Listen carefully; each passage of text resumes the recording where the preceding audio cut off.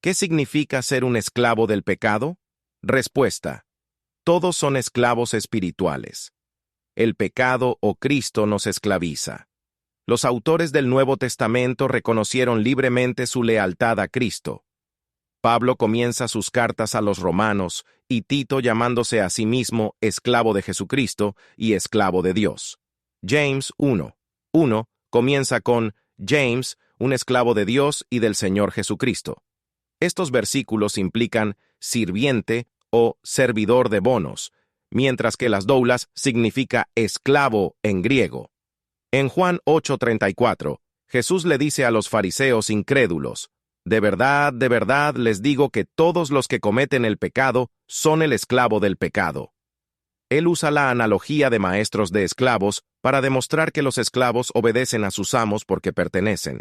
Esclavos sin will, esclavos a sus señores. Cuando el pecado gobierna, no podemos oponernos a él.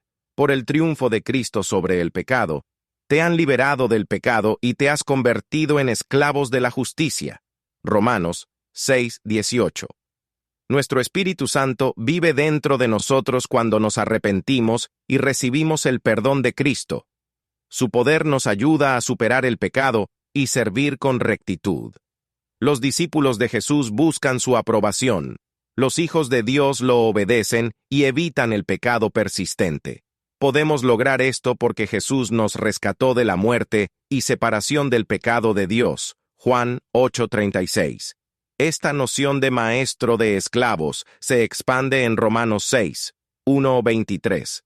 Los cristianos no deberían pecar de manera rutinaria porque morimos por pecado. Romanos 6:4 dice que podemos caminar en la nueva vida desde que estábamos muertos y resucitados con Cristo, a diferencia de los incrédulos que todavía está en pecado. Como nuestro viejo yo fue crucificado con él para erradicar nuestro pecado, Romanos 6:6 afirma que ya no deberíamos ser esclavos del pecado.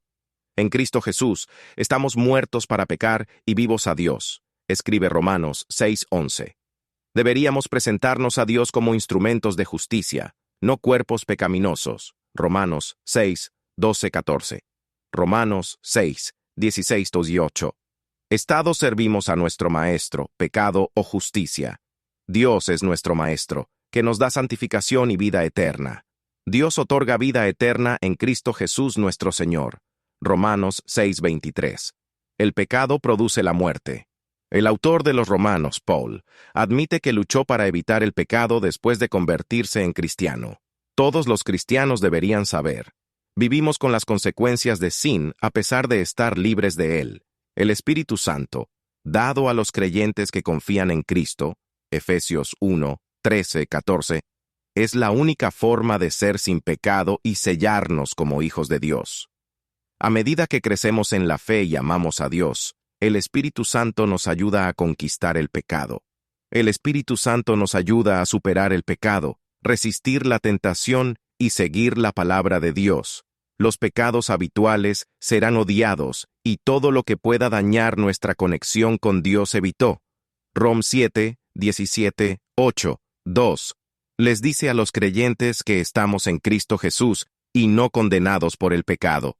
Si los cristianos confiesan sus fallas diarias al Señor, Él es leal y justo y los limpiará para mantener una buena relación. 1 Juan 1:9. Pablo nos instruye a los efesios que caminen como hijos de luz, se amen unos a otros como Cristo nos ama y haga lo que le agrada al Señor. Efesios 6:10-18 nos anima a usar la armadura completa de Dios constantemente para resistir al diablo.